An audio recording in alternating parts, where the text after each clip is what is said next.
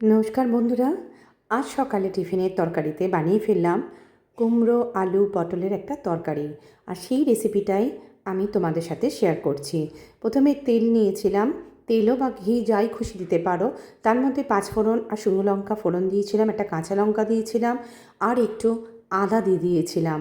দেওয়ার পর কেটে রাখা কুমড়ো আলু পটলগুলো নাড়াচাড়া করার পর ওই কুমড়ো আলু পটলটা দেবো ঢেলে।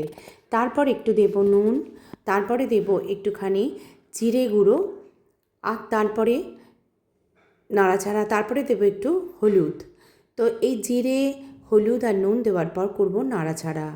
নাড়াচাড়া করার পর এবার সামান্য যখন দেখব একটু নাড়াচাড়া করতে করতে একটু পটলগুলো লাল লাল হয়ে এসছে, তখন ওর মধ্যে সামান্য জল ঢেলে আমি একেবারে ঢাকা দিয়ে দেব। দিয়ে ওটা নরম হবে, সেদ্ধ হতে থাকবে। তারপরেতে যেটা করার আছে, জল ঢালার পর আমাকে একটা মশলা রেডি করতে হবে। যে মশলাটার মধ্যে আমরা জানি এই নিরামিষ তরকারিতে একটু ভাজা মশলা দিলে তার স্বাদ দ্বিগুণ বেড়ে যায়।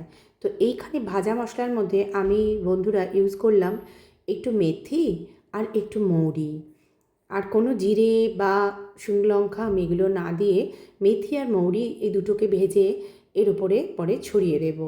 তো মেথি আর মৌরি দিলে পারে তার স্বাদটা সুন্দর একটা গন্ধ আর স্বাদটা ভীষণ ভালো হয়।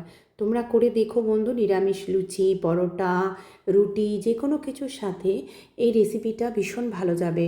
বা অনেকে শ্রীকৃষ্ণ গোপালকে ভোগ দেয়, ভোগেও এই রান্নাটা খুব ভালো। আমি মাঝে মধ্যেই দিই এটা।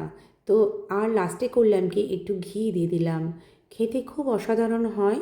তো এটাই ছিল আমার সকালের আজকে টিফিনের রেসিপির তরকারি। তো সেই জন্যই বন্ধুরা, তোমাদের রোজ দিন আমি সকালে টিফিনটা একটু শেয়ার করার চেষ্টা করি। তাই আজ মঙ্গলবার টিফিনটা তাই শেয়ার করলাম তরকারিটা। তো তোমাদের কেমন লাগলো তোমরা কিন্তু জানাতে ভুলো না।